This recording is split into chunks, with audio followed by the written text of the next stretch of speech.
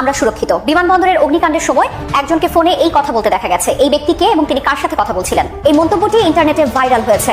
কেউ কেউ বলছেন বিষয়টি তদন্ত করা উচিত। যে এয়ারপোর্টের এই আগুন জড়িত আকিজ, কেন আমি বলছি, তার ধান্দাটাই ধরে রেখেছে এই আকিজের সন্তান মহামান্য উপদেষ্টা শেখ বশিরউদ্দিন, এবং শেখ বশিরউদ্দিনের সাথে জড়িত আছে কিছু আর কিছু উপদেষ্টা যারা ওখান থেকে ধান্দা খায়। আপনারা আগুন নিভাতে পারছেন, আমি বলছি আপনারা যদি আগুন নিভাতে না পারেন, পানি না থাকে বলেন, আমি আমার এখান থেকে পানি দিই। আমার পানি লাইন আছে, ওই যে ফায়ার ব্রিগেড না, ওরা পানি মারতে পারবে, সমস্যা। বিশ্ববিদ্যালয়ের নির্বাচন বার্তা দিয়েছে, তারা বলছে হোক পিতা ও বড় ভাইরা, আমরা বদলে গেছি, তোমরা বাংলাদেশকে বদলে দাও। আগামী ফেব্রুয়ারি নির্বাচনে দর্শকতা এটা কি পরিকল্পিত ছিল নাকি এমনি এমনি, আজকে আমরা বিস্তারিত আলোচনা করব। মূল ভিডিওতে যাওয়ার আগে যারা আমাদের চ্যানেলে এখনও নতুন আছেন অবশ্যই আপনারা চ্যানেলটি সাবস্ক্রাইব করে দেবেন, লাইক কমেন্ট শেয়ার করে সাথে থাকবেন। তার জন্য আমরা স্ক্রিনে চলে যাই। ঢাকার হযরত শাহজালাল আন্তর্জাতিক বিমানবন্দরের কার্গো ভিলেজে ভয়াবহ আগুনের দুদিন পরও সেখানে কাজ করতে দেখা গেছে ফায়ার সার্ভিসের কয়েকটি ইউনিটকে। বিমানবন্দরের বিশেষ নিরাপত্তা বেষ্টনীর কারণে সেখানে প্রবেশাধিকার ছিল না গণমাধ্যম কিংবা অন্য কোনো বাহিনীর।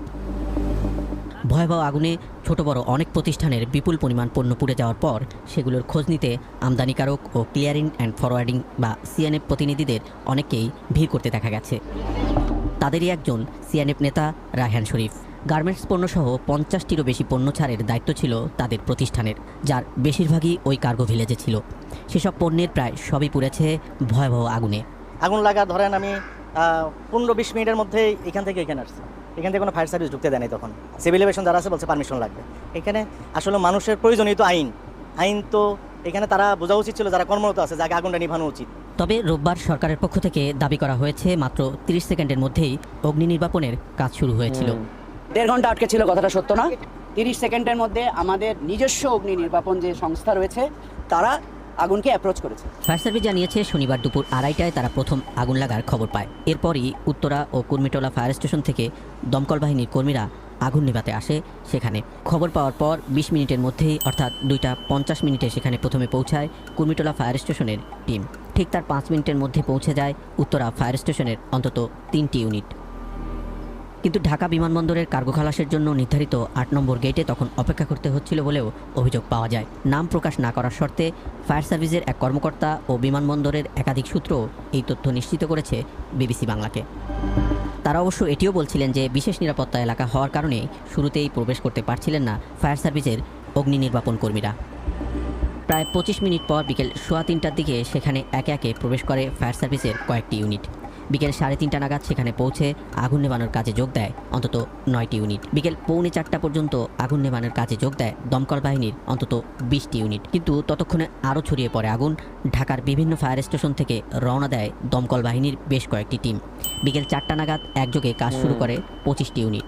এরপর একে একে বাড়ানো হয় দমকল বাহিনীর সংখ্যা। আগুন নেভাতে ঢাকার বিভিন্ন স্টেশন থেকে আরও বেশি জনবল বাড়ানো হয়। বিকেল 4:30টায় অন্তত 30টি ইউনিট একযোগে যোগ দেয় আগুন নেভানোর কাজে। পুরো বিমানবন্দর এলাকা তখন আগুন আর কালো ধোঁয়ায় ছেয়ে যায়।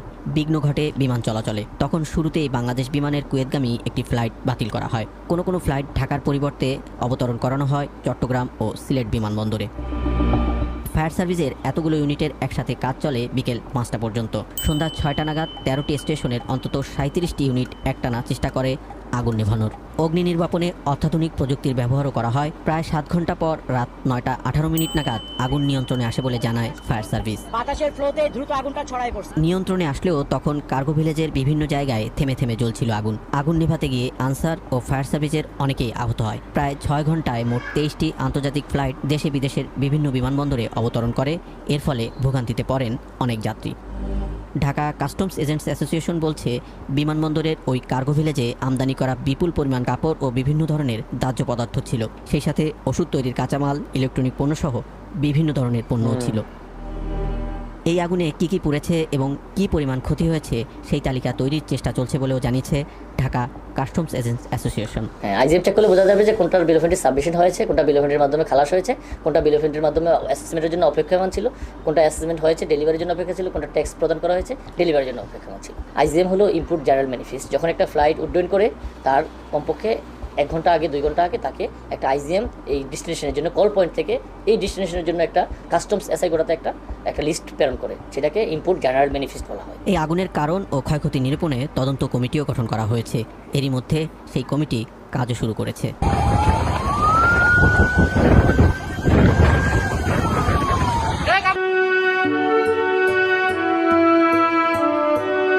যুগের পর যুগ ধরে ঘটে আসা সমস্ত অপকর্মের নথি নষ্ট করতেই ইচ্ছাকৃতভাবে এই আগুন লাগিয়ে দেওয়া হয়েছে।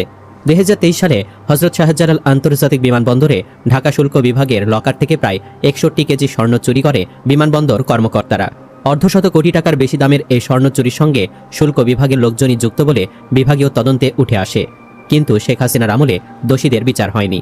পরে ইউনূস সরকার ক্ষমতায় মনে করছেন শুধু পূর্বের ঘটনা ঢাকতেই নয়, বরং নতুন করে চুরি হয়েছে কার্গো ভিলেজে। সব মিলে বিমানবন্দরে চুরি আর অপকর্ম ঢাকতেই এই আগুন ইচ্ছাকৃতভাবে লাগিয়ে দেওয়া হয়েছে। এক ফেসবুক ব্যবহারকারী লিখেছেন, ঢাকা বিমানবন্দরে কয়েক বছরের আটক হওয়া হাজার হাজার কেজি স্বর্ণ কি এই আগুন নিভানোর পর পাওয়া যাবে, নাকি এটি মেটিকুলাস ডিজাইনে দোষীরা খেয়ে ফেলবে? এছাড়াও আগুনে পড়েছে ঔষধ ও গার্মেন্টস ব্যবসায়ীদের হাজার হাজার কোটি টাকার কাঁচামাল ও কেমিক্যাল। গত 1 বছর এমনিতে 250 গার্মেন্টস বন্ধ হয়ে গেছে। এখন আরও অনেকগুলো ঔষধ কোম্পানি সহ গার্মেন্টস বন্ধ হয়ে যাবে। একজন লিখেছেন, আগুন ছাড়াই 61 কেজি স্বর্ণ গায়েব হয়, জনকভাবে লাগার সরিয়ে নেওয়া হয়েছিল, আর ঠিক তারপরই আগুনের সূত্রপাত। একটি দেশের অর্থনীতি, বাণিজ্য ও নিরাপত্তার কেন্দ্রবিন্দু তার আন্তর্জাতিক বিমানবন্দর, যেখানে প্রতিদিন কোটি কোটি টাকার পণ্য আসে যায়। সেখানকার নিরাপত্তা ব্যবস্থায় সামান্য ফাঁকও রাষ্ট্রীয় আস্থার জন্য হুমকি হয়ে দাঁড়ায়। কিন্তু হযরত শাহজালাল আন্তর্জাতিক বিমানবন্দরের কার্গো গোদামে ঘটে যাওয়া সাম্প্রতিক অগ্নিকাণ্ড যেন সেই আস্থার মূল ভিত্তিকে নাড়িয়ে দিয়েছে। ফায়ার সার্ভিস, সেনা, বিমান বাহিনী ও স্বেচ্ছাসেবকদের 6 ঘন্টার চেষ্টায় আগুন নিয়ন্ত্রণে আনলেও তখন পর্যন্ত কোটি কোটি টাকার ক্ষয়ক্ষতি হয়, আর হারিয়ে যায় বহু গুরুত্বপূর্ণ কাগজপত্র ও পণ্যের রেকর্ড। তবে সূত্র আরও জানায় যে ইচ্ছে করে আগুন বাড়তে দেওয়া হয়েছে। এই ঘটনা শুরু থেকে প্রশ্ন, এটি কি কেবল একটি দুর্ঘটনা, নাকি সুচিন্তিত ষড়যন্ত্রের অংশ? এয়ারপোর্টের মতো স্পর্শকাতর স্থানে আগুন দুর্ঘটনাবশত লাগতেই পারে, তবে আগুন নিয়ন্ত্রণের তৎপরতা কেন ছিল না? তথ্য অনুযায়ী আগুনের আগে পণ্য স্থানান্তরের, অর্থাৎ আসল মালিক নয়, একটি বিশেষ দলে লুটপাট করে মূল্যবান পণ্য পাচার বা গায়েব হওয়ার ঘটনা ঘটেছে। কিন্তু প্রতিবারই তা তদন্তাধীন থেকে চাপা পড়ে গেছে প্রভাবশালী মহলের হস্তক্ষেপে। বাংলাদেশের বাণিজ্য এখন মূলত আকাশপথে নির্ভরশীল। এই ধরনের ঘটনা শুধু আর্থিক ক্ষতি ডেকে আনে না, বরং বিদেশি ব্যবসায়িক আস্থা ও বীমা সংস্থার চোখে দেশের ভাবমূর্তিকে প্রশ্নবিদ্ধ করে। যদি এই ঘটনার প্রকৃত কারণ উদ্ঘাটিত না হয়, তবে আন্তর্জাতিক বাজারে বাংলাদেশের কার্গো পরিবহন ও আমদানি রপ্তানির ওপর কঠোর নজরদারি আরোপ হতে পারে। এমনকি IATA নিরাপত্তা সার্টিফিকেশন নিয়েও সংকট দেখা দিতে পারে। সরকার দ্রুত তদন্ত কমিটি গঠন করেছে, কিন্তু প্রশ্ন হলো, বিগত সময়ে কতগুলো তদন্ত কমিটি গঠন হয়েছে আর কতটির ফল বাস্তবে দেখা গেছে? একটি রাষ্ট্রের জনগণ যখন তদন্তের উপর বিশ্বাস হারায়, তখন প্রশাসনিক জবাবদিহিতা ধ্বংস হয়। এই আগুনের ঘটনায় যদি সত্যি প্রভাবশালী চক্র জড়িত থাকে, তবে তা কেবল একটি অপরাধ নয়, বরং রাষ্ট্রবিরোধী ষড়যন্ত্র। শাহজালাল আন্তর্জাতিক বিমানবন্দরের গোদামে লাগা আগুন কেবল একটি দুর্ঘটনা নয়, এটি রাষ্ট্রীয় অব্যবস্থাপনা, দুর্নীতি ও নিরাপত্তাহীনতার জ্বলন্ত প্রতীক। আগুন নাটকের আড়ালে স্বর্ণ ও মূল্যবান পণ্য সরিয়ে নেওয়া শুধু অর্থনৈতিক অপরাধ নয়, বরং জাতীয় বিশ্বাসঘাতকতা।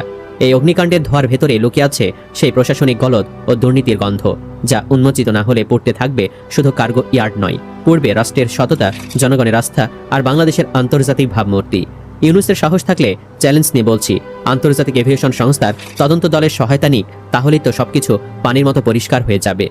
অনেকে আবার মনে করছেন, বাংলাদেশের প্রতিটা রন্ধে রন্ধে রয়ে গেছে হাসিনার বসিয়ে রাখা দোসররা। তারা এর আগে সচিবালয় দেশব্যাপী আলোচনার জন্ম দেয়। এরপর তদন্তের মাধ্যমে বড় কর্মকর্তাদের বাঁচিয়ে ছোট পদে থাকা 3 জনকে ফাঁসিয়ে দেওয়া হয়। তবে ছোট পদে থাকা 3 জন কর্মী বিমানবন্দরের মতো সুরক্ষিত এলাকার গোদাম থেকে বিপুল পরিমাণ স্বর্ণ সরিয়ে নিল, কেউ টের পেল না। এ নিয়ে অনেকটা বিস্ময় তৈরি হয় বিমানবন্দর সংশ্লিষ্টদের মধ্যে। এর সঙ্গে ভেতরে বাহিরের আর কেউ যুক্ত আছে কিনা সে প্রশ্নও সামনে আসে, কিন্তু কাজের কাজ কিছু হয়নি। গোয়েন্দা পুলিশের একটি সূত্র জানায়, এর সঙ্গে ঊর্ধ্বতন কারো যুক্ততা থাকতে পারে বলে আজ করা যাচ্ছিল। এজন্য কয়েকজন ঊর্ধ্বতন কর্মকর্তাকে জিজ্ঞাসাবাদ করা হয়। এর পরপরই এ সংক্রান্ত ফৌজদারি মামলাটি ডিবি থেকে PIB-তে স্থানান্তরিত হয়। এরপর তদন্তের উল্লেখযোগ্য কোনো অগ্রগতি ছিল না। এরপর 2025 এপ্রিলে শাহজালাল আন্তর্জাতিক বিমানবন্দরে কাস্টমসের গুদাম থেকে 61 কেজি সোনা চুরির মামলার দায়িত্ব পুলিশ ব্যুরো অফ ইনভেস্টিগেশন থেকে দুর্নীতি দমন কমিশনে হস্তান্তর করা হয়। 22 এপ্রিল মামলাটি হস্তান্তর করা হয় বলে দুদকের উপপরিচালক আখতারুল ইসলাম নিশ্চিত করেন। ডিবির সূত্র জানায়, ডিবির তদন্তকালে সন্দেহভাজনদের জিজ্ঞাসাবাদ করে তারা জানতে পেরেছে বিভিন্ন দফায় এসব স্বর্ণ সরানো হয়েছে। পরে সেগুলো ঢাকার বাইতুল মোকাররম, তাঁতিবাজার ও গাইবান্ধায় নির্দিষ্ট কিছু স্বর্ণের দোকানে ভাগে ভাগে বিক্রি করা হয়েছে। তবে এ সংক্রান্ত ফৌজদারি মামলার তদন্তকালে গোয়েন্দা পুলিশ কিছু ইঙ্গিত দিলেও মামলাটি পিবিআইতে যাওয়ার পর সেটা চাপা পড়ে যায়। এটাও ছিল হাসিনার লোকদের প্ল্যান। ডিবি তখন সন্দেহভাজন হিসেবে 8 জনকে গ্রেফতার ও রিমান্ডে নিয়ে জিজ্ঞাসাবাদ করে, যারা বিভিন্ন পালায় শুল্ক বিভাগের ওই গোদামের দায়িত্বে ছিলেন। ওই সময় শুল্ক বিভাগে 2 জন যুগ্ম কমিশনার ও 1 জন উপকমিশনারকেও ডিবি কার্যালয়ে ডেকে জিজ্ঞাসাবাদ করা হয়েছিল। এর কয়েকদিন পরেই মামলাটি ডিবি থেকে তদন্তের জন্য পিবিআইতে পাঠানো হয়। এখানে লুকিয়েছিল আসল রহস্য। মামলা যখনই এক দফতর থেকে অন্য দফতরে গেছে, তখনই সবার বোঝা হয়ে যায় পিবিআই এই ঘটনাকে চাপা দেওয়ার চেষ্টা করছে। এরপর দুদক বুঝতে পারে পিবিআই এই ঘটনাকে ধামাচাপা দিয়ে দিবে। তখনই মামলা পিবিআই থেকে দুদকে হস্তান্তর করা হয়। আর যখনই দুদক দোষীদের ধরতে কাজ চালাচ্ছিল, তখনই আগুন দেওয়া হলো কার্গো ভিলেজে। অথচ শুরুতে ডিবি খুবই দারুণভাবে কাজ করছিল। শুল্ক বিভাগের একাধিক কর্মকর্তা নাম প্রকাশ না করার শর্তে বলেন, তাদের ধারণা ছিল গ্রেফতার ব্যক্তিদের জিজ্ঞাসাবাদ করে ডিবি স্বর্ণ উদ্ধার করবে। স্বর্ণ উদ্ধার হলে কিছুটা হলেও শুল্ক বিভাগের মুখ রক্ষা হবে, কিন্তু তা হয়নি। ডিবি শুল্ক বিভাগের ঊর্ধ্বতন কর্মকর্তাদের নিয়ে যায়। 2 জন যুগ্ম কমিশনার ও 1 জন উপকমিশনারকে ডেকে ডিবি কার্যালয় নিয়ে প্রায় 5 ঘন্টা আটকে রাখা হয়। তাদের কাছ থেকে লিখিত বক্তব্য নেওয়া হয়। তখন শুল্ক বিভাগের ঊর্ধ্বতন কর্মকর্তারা আশঙ্কা করেন এ ঘটনায় আসল জড়িতরা ধরা পড়ে যেতে পারেন। এরপর মামলাটি ডিবি থেকে সরানোর জন্য নানাভাবে তদবির করা হয়। এই আগুন জড়িত আকিজ, কেন আমি বলছি? আকিজ গ্রুপ অফ ইন্ডাস্ট্রিকে চেনে না এমন কোন লোক সম্ভবত বাংলাদেশে নেই। আকিজ বিড়ি, আকিজ জর্দা, আকিজ সিরামিক, আকিজ আটা, ময়দা, সুজি, হেন কোনো পণ্য নাই যাহা আকিজের নেই। আকিজ একটা বৃহৎ কোম্পানি, আমরা সকলেই জানি। এটার প্রতিষ্ঠাতা অলরেডি মারা গিয়েছেন। যদি ওনার 3 ঘর, মানে 3 স্ত্রীর ঘরে ছিলেন 15 জন সন্তান, 10 জন ছেলে এবং 5 জন মেয়ে। এটা হয়তো অনেকে জানেন, আর যারা জানেন না তারা এই মুহূর্তে জানেন। এত বড় একটা কোম্পানি এবং এত সন্তান আছে, এরপর কেন, আমি অনেকের মনে প্রশ্ন আছে, কেন আমি বলছি যে আকিজ জড়িত? একটা কারণ বলি। আকিজের 2 ছেলে ছিল। 2 ছেলেই আপনার আমাদের আওয়ামী লীগের এমপি ছিল। তার মধ্যে এই 2 ছেলে শেখ আফিরউদ্দিন এমপি এবং শেখ মহিউদ্দিন জারা, এই দুজনই এমপি ছিলেন। এবং ওনারা এমপি ছিলেন আপনার কুষ্টিয়া 1 এবং অভয়নগর নোয়াপাড়া এই সেক্টর থেকে। এবং ওই জায়গায়, ওই সব জায়গায় অন্য কেউ আপনার এমপি হতে পারবেন না। কারণ হচ্ছে ওই অঞ্চল পুরোটাই হচ্ছে যে আকিজের দখলে একরকম। কারণ হচ্ছে ওই অঞ্চলের এমন কোনো ঘর নেই যেই ঘর থেকে কমপক্ষে একটা লোক আকিজে চাকরি করে না। এটা বড় কথা, এটা তো আমার কোনো দ্বিমত নেই যে ওই অঞ্চলেরই লোক আকিজ গ্রুপ, সুতরাং তারা তাদের এলাকার লোকজনের চাকরি দিবে। এটা সুতরাং ওদের জন্য 2টা আসন একটা 100% ফিক্সড। তো এই 2 জন আওয়ামী লীগের এমপি থাকার পরও কিন্তু তাদেরকে আওয়ামী লীগের দোসর বলে আকিজের কোনো গ্রুপ অফ কোম্পানির বা কোনো কিছুতে একটা ইট পর্যন্ত পড়েনি। স্মরণ রাখেন, একটা ইটও পড়ে। কিন্তু তারা গত 15 বছর আওয়ামী লীগ আমলে এমপি হয়ে ফুলে ফেপে পুরো 15 জনের পরিবার, মানে 15 ভাই বোন সবাই মোটামুটি একটা পজিশনে গিয়েছে। তো এই পজিশনে যাওয়ার পরও আওয়ামী লীগ সরকারের পতন হলো। কিন্তু পতনের সময় একটা জিনিস যদি আপনারা খেয়াল করেন যে সারা ঢাকা শহরে যত পানি, ওই আন্দোলনের সময় যত পানি গিয়েছে তার মধ্যে 70% হচ্ছে আকিজের পানি। ওটাও গিয়েছিল ফ্রি। তা নাহলে কেউ যদি কিনা দিত, ভাই বহু সস্তা কোম্পানি ছিল না, আকিজের পানি সবচেয়ে বেশি। একটু ভিডিওগুলো চালায় দেখে না তো বুঝতে পারবেন। তো এখন কথা হচ্ছে যে আমি কেন হঠাৎ করে এই গ্রুপের পেছনে পড়লাম? না ভাই, আমি এই গ্রুপের পেছনে হঠাৎ করে পড়ি। এই আকিজ গ্রুপেরই একজন আকিজের ছেলে, মানে দ্বিতীয় ঘরের মেজো ছেলে, মানে দ্বিতীয় সন্তান, তিনি বর্তমানে উপদেষ্টা শেখ বশিরউদ্দিন। আর আপনারা জানেন যে কোনো শেখ থাকলেই কিন্তু মাইর খাইছে। শেখ মানে শেখ পরিবার। এবার এটাকে অরিজিনাল শেখ না ডুপ্লিকেট শেখ, 2 নম্বর শেখ না এই শেখ, এটা দেখেন। শেখ হইলে ধরো মাই আর কোপাও, এটাই তো ছিল। এরপরে এই শেখ পরিবারের কিন্তু কিছুই হয় নাই। আকিজ গ্রুপ, শেখ আকিজ গ্রুপের আমাদের কিছুই হয়। তো এই শেখ বশিরউদ্দিন তিনি বর্তমানে আমাদের উপদেষ্টা পরিষদে আছেন এবং যার আন্ডার আছে বাণিজ্য মন্ত্রণালয়, বিমান চলাচল, পর্যটন মন্ত্রণালয়, সব 4টি মন্ত্রণালয়। এখনো কি কিছু কাজ করতে পারছেন? এবং এই যে ঢাকা বিমানবন্দরের 3 নম্বর টার্মিনাল, যেটা জাপানের মাধ্যমে, বাংলাদেশের একটা প্রতিষ্ঠান জাপানের মাধ্যমে যেটা আপনার টেন্ডার নিয়ে চালু করবে, সেই প্রতিষ্ঠান বাংলাদেশের সহযোগী প্রতিষ্ঠানটা এই আকিজের বশিরউদ্দিনের কথা। এবং বশিরউদ্দিন যেহেতু সারা বাংলাদেশের এই মুহূর্তে বিমান চলাচল নিয়ন্ত্রণ করছে, বিমানের সমস্ত ব্যবসা কিন্তু বশিরউদ্দিন কোম্পানির কাছে আছে। ঢাকা, চট্টগ্রাম, রাজশাহী, খুলনা, বরিশাল, কক্সবাজার সব বশিরউদ্দিনের আন্ডারে। এবং আপনারা দেখেন যে এই যে আমাদের গত পরশুদিন যে আগুন ধরল, ঢাকা এয়ারপোর্টে আগুন ধরল, এটা কোথায় হলো? যেখানে আপনার কার্গো হ্যান্ডেলিং হয়। কার্গো হ্যান্ডেলিং যেখানে হয় সেখানে অনেকের সাথে আমার কথা হয়েছে অলরেডি, কারণ ওইখানে 2-3টা ফটোকপির দোকান আছে। যারা গেছেন ওই অঞ্চলে তারা জানেন, তারা প্রতিদিন 10,000 টাকা করে ভাড়া দিয়ে ওখানে এই দোকানদারি করতে হয়। তাহলে 10,000 টাকা ভাড়া দেওয়া মানে কত হাজার টাকা এরপর ইনকাম, এটা চিন্তা করেন।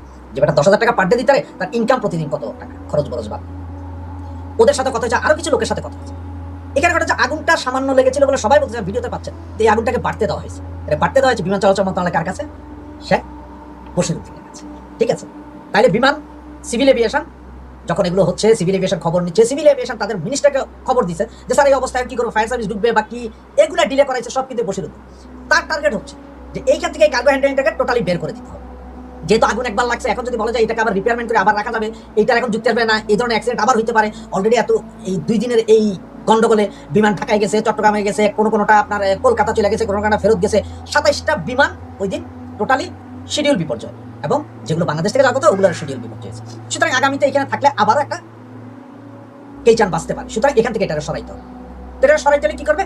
এইবার আসেন, এই বশিরউদ্দিন চাচ্ছে যে এখান থেকে এটাকে সরাইয়া এটা নিজেদের একটা জায়গায় নিতে বেসরকারি উদ্যোগে ঠিক new marine container terminal, Chattogram new marine container টার্মিনালের মতো ব্যবস্থা করে নেবে। তবে ওইটা নিউ মেরিন কন্টেইনার টার্মিনাল যেমন বেসরকারি থাকলেও সরকার একটা ইয়ে ছিল, এটাতে থাকবে।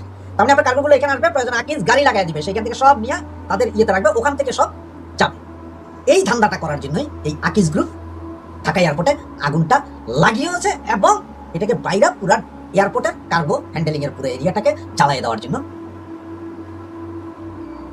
তাহলে এখন যে জায়গাটা জ্বলে গেল ওই জায়গাটাই কি হবে? ওই জায়গাটাই করবে, কারণ আমরা নতুন টেন্ডার করবো, ওখানে হ্যাঙ্গার করবে, বিমানে বিভিন্ন বিমানে হ্যাঙ্গার করবে। হ্যাঙ্গার করা মানে হচ্ছে একদম কম করে হলে আপনার 1000 কোটি টাকার একটা ধান্দা হবে। এই ধান্দাটা হবে টার্মিনালের কার্গো সেক্টরটাকে বাইরে নিয়ে প্রাইভেট সেক্টরে দেওয়ার জন্য, সেখানেও 1000 কোটি টাকার ধান্দা হবে। টোটাল ধান্দাটাই ধরে রেখেছে এই আকিজের সন্তান মহামান্য উপদেষ্টা শেখ বশিরউদ্দিন, এবং শেখ বশিরউদ্দিনের সাথে জড়িত আছে কিছু কিছু আর কিছু উপদেষ্টা যারা ওখান থেকে ধান্দা খায়। আগুন নিভাতে পারছেন, আমি বলছি আপনারা যদি আগুন নিভাতে না পারেন, পানি না থাকে বলেন, আমি আমার এখান থেকে পানি দিই। আমার পানি লাইন আছে, ওই যে ফায়ার বিদ্যুৎ না, ওরা পানি মারতে পারবে, সমস্যা কিসের সমস্যা? পানি আগুন বেশি জ্বলবে। এভাবে জ্বলতেছে এখন পর্যন্ত জ্বলতেছে, কিন্তু এই কোনো প্রতিকার হয়নি। আর ভিতরে আপনার ক্যানোপি থেকে আগুন মারবে, গাড়ি বাইরে দিয়ে কিভাবে পানি মারবে?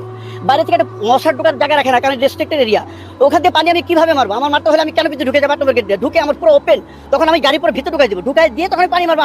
সুপ্রিয় দর্শক, আপনার কি ধারণা, এটি কি আসলে দুর্ঘটনা নাকি ইচ্ছাকৃত ঘটনা? কমেন্ট বক্সে জানিয়ে দিন আপনার মতামত। ভিডিও ভালো লাগে লাইক দিন এবং শেয়ার করুন। পরবর্তী আপডেটের জন্য আমাদের সাথেই থাকুন। দর্শক শ্রোতা, ভিডিওটি শেষ পর্যন্ত শোনার জন্য আপনাদের সকলকে অসংখ্য অসংখ্য ধন্যবাদ। নতুন নতুন নিউজের আপডেট পেতে আমাদের সাথে থাকবেন। তো পরিকল্পিত কি হচ্ছে না হচ্ছে অবশ্যই আপনারা শুনছেন, তো আপনারা আপনাদের মন্তব্য অবশ্যই আমাদের এই ভিডিও কমেন্টসে করা যাবে। তো ভিডিওটি এই পর্যন্ত ছিল, দেখা হচ্ছে পরবর্তী অন্য কোনো ভিডিও নিয়ে। সেই পর্যন্ত সকালে ভালো থাকবেন, সুস্থ থাকবেন, এই কামনা করছি। আসসালামু আলাইকুম রহমতুল্লাহি ওয়া বারাকাতুহু।